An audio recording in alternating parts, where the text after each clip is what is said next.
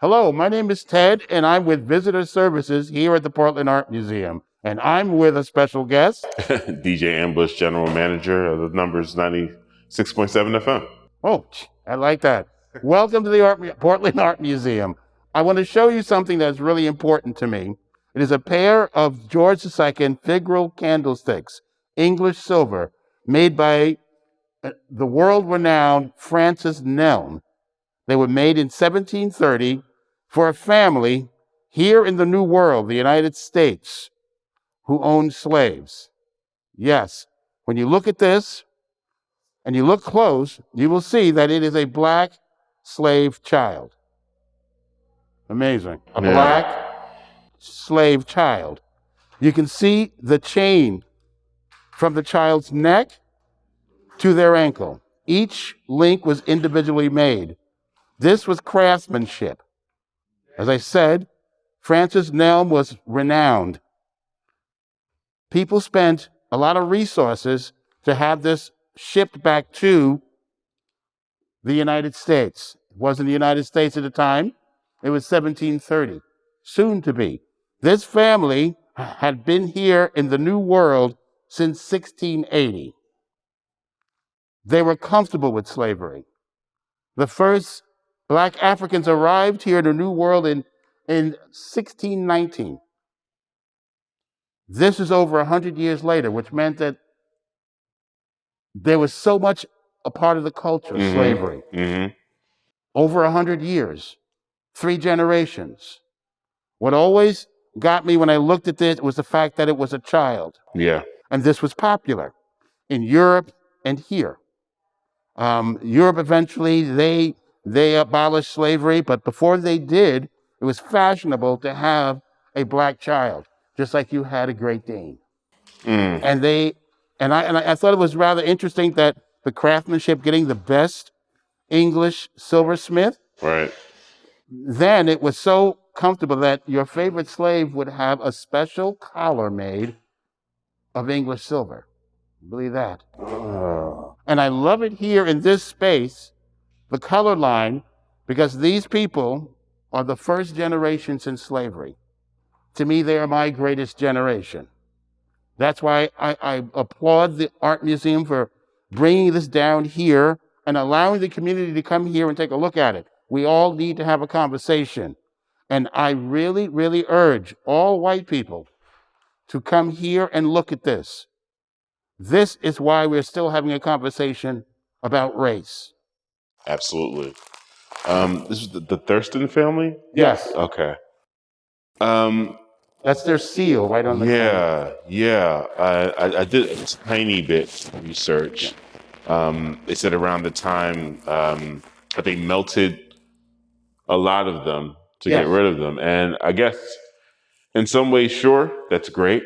I'm actually very happy that this exists today for people to understand how commonplace it was and how this was not an eyesore at all. It was something, like you said, that they cherished. Yes. Something that's... And a part of it, too, is the reason they melted it was partially shame and partially profitable. When you think about what happened, the Civil War had happened. This family had a family in the North and a part of the family in the South. The South had the slaves. They had resources. Now, once the Civil War happened, it had to be funded. These things were melted and used to fund the Confederacy. Not shame, but to continue a lifestyle. Right. That is why they are hard to find. And yes, to be able to see this it's important because it, just like our history, it gets altered and filtered and homogenized. Right. And people are talking about critical race theory now. We're having a debate. I don't understand the debate, but when we look at this, that's why it should not be a debate. Yeah, it's just history. That's it. There's no need for debate. The first president of this country owned slaves. Right. Wow. I believe probably the first 4 or 5 presidents owned slaves. The amount of detail Yeah. definitely speaks to the silversmith, Mhm. and just the amount of care put into wanting to depict a slave child Yeah. in servitude, in a position of servitude, and not in pain or smiling or rejoicing, but there's something that feels like this child is appreciative Yes. of this opportunity.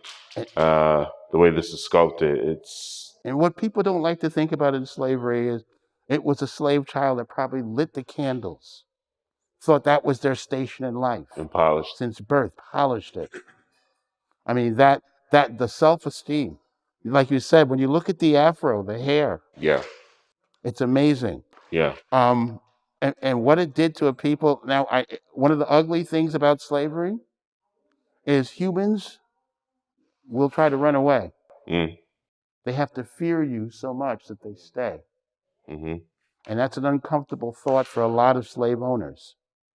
So that's why they had other people do the work to make sure that person didn't run away. And being a child, you were told not to run away for a reason. hmm It is. Has the museum come across any other candlesticks like this from any other families? I know there's another set of these, but that's it. That's all I know of. Wow. Now, but there's something that, and we were talking about it. There is the lynching of Ted Smith or the burning of Right. Ted Smith. Right. Postcards Yeah. became popular later on the lynching of black people during Jim Crow. Black people had to move from this to this hmm through Jim Crow. The Civil Rights Bill was signed in '64. Between '64 and now, what's so scary is it has become the most violent time of our existence. Yeah.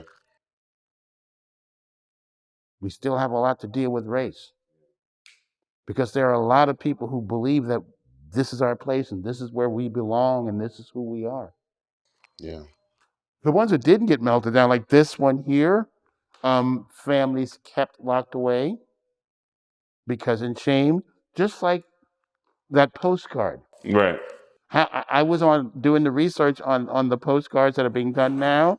There was someone selling a postcard of the burning of Ted Smith on eBay. They found it in their grandmother's possessions. Now, that's the thing about race, and I call what that is the true systemic racism, is its laws can be passed around. But if you encounter this and it is someone you trusted and loved all your life, Right. and you found this, or you found a postcard, and there are so many people finding that now. A lot of the faces that people thought were funny, Aunt Jemima, Uncle Ben, all these things people thought were everyday things got passed on, who you find horrific now. Right. You would look at them and say, but this is my grandmother, my great-grandmother, my great-grandfather, my uncle. Right. That is why it's important, I think, for white people to see this, is because that's how we stop racism, is when they start talking about it to people they love. Yeah. I agree. This would be in somebody's family.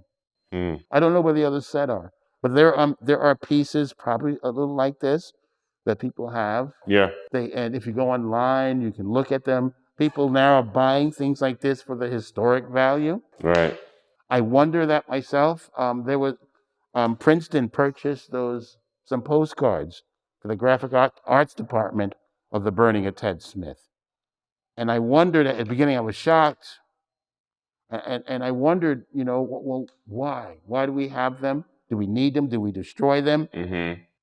No, I do. Now I believe that we do need them. Right. We definitely need them. What would be your preferred place for artifact like this to exist? In public spaces like here. The museums, I think, have an obligation not to lock away important things. Important things like this, especially now when we are continually having a conversation, this is very, very important because people don't see it. Yeah. When they think of slavery, they think of Gone with the Wind. They don't think of slavery, the truth about slavery. Yeah, no.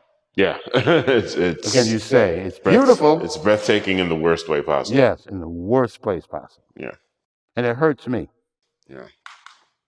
Thank you for the work you've done to ensure this has more eyes on it, especially so close to Juneteenth. Thank you. I thank you for being in it. Seriously. I want more people. Yes. I thought it was important for you to be here because I know you're going to spread it and articulate it so that people are going to see it and come down. Absolutely. Yeah, this is scary. I want to thank everybody for listening. Please come down to the Portland Art Museum to the Education Gallery. It's in the lower level, and come look at this. You can take a look at the color line, which W.E.B. Du Bois put together. This is important. Please come down. Thank you.